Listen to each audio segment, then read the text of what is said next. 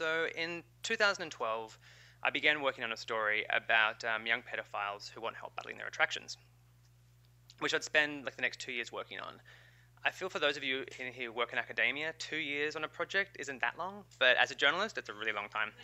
Um, yeah, and by far one of the most common questions I got throughout the 2 years I was reporting this is why? And that question was really simple to answer.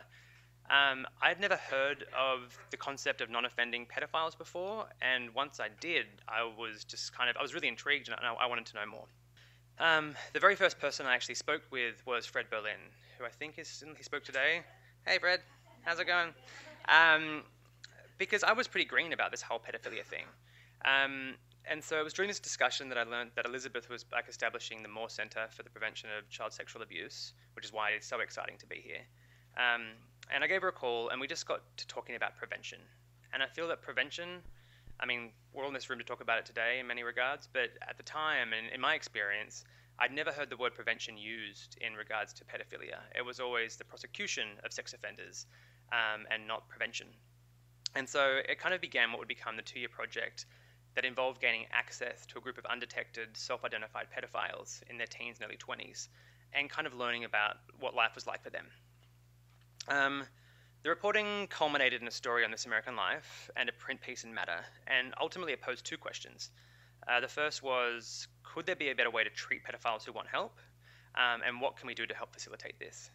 And also I discovered the extent of people's misconceptions about pedophilia, and more importantly, and I think that's something that may be interest to people in this room, it really taught me how it impacts barriers to getting help for people who genuinely want it. And so I want to talk with you today about what I learned about pedophilia, specifically as it pertains to young men and sometimes women in their teens and early 20s, public perception, and what I learned about the hurdles to accessing this help, kind of like a behind the scenes of my reporting. And, I was just very nervous. I knew exactly what was coming.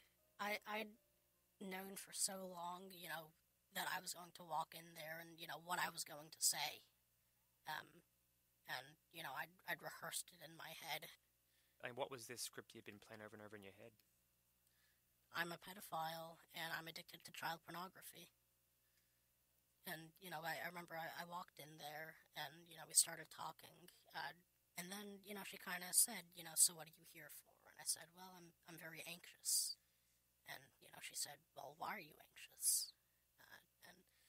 My heart was beating. I'd never been so terrified in my life. But, I uttered the words. I said, well, this is difficult to say. But I'm a pedophile and I'm addicted to child pornography. But lucky for Adam, his mother actually was supportive, and she got him a new therapist, one who was more equipped to deal with the situation. Though at the same time, whilst Adam had more success with the second therapist, for him it wasn't really enough. He wanted to speak to people he could relate to, which I think is a very human need. And he began to reach out to other young men and women online, and eventually, for lack of something similar, had kind of inadvertently formed a support group for pedophiles, self-identified pedophiles in their teens and early 20s. I'm going to play you one more clip, and this one's a little bit briefer. In this next clip, we're given a little bit more detail about how Adam's group functions. So again, sit back, this is like 2 minutes, so not quite as long.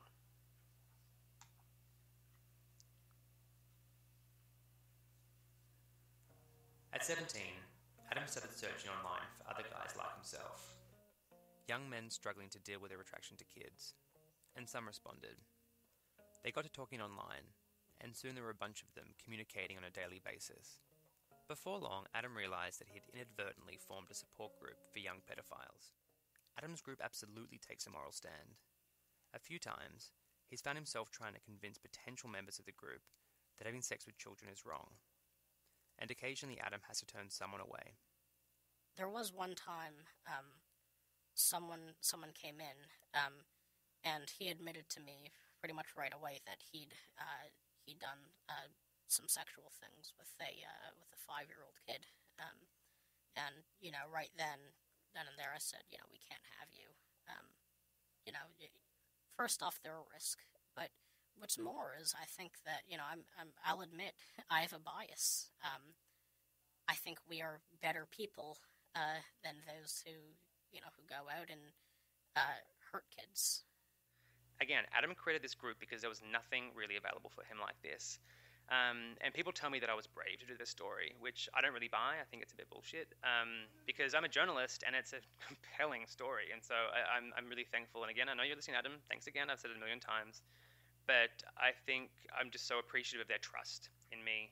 And it's just been a huge luxury as a journalist. But my biggest takeaway is they really want help. Many of these young men and women really want help. And many people in this audience really want to help. In our own ways, and I think there's like a wall preventing some of this help, and it's comprised of certain parts. One part is mandated reporting, and I don't have an answer, and I don't want to diminish mandated reporting because it's brought countless instances of child sexual abuse and neglect to light.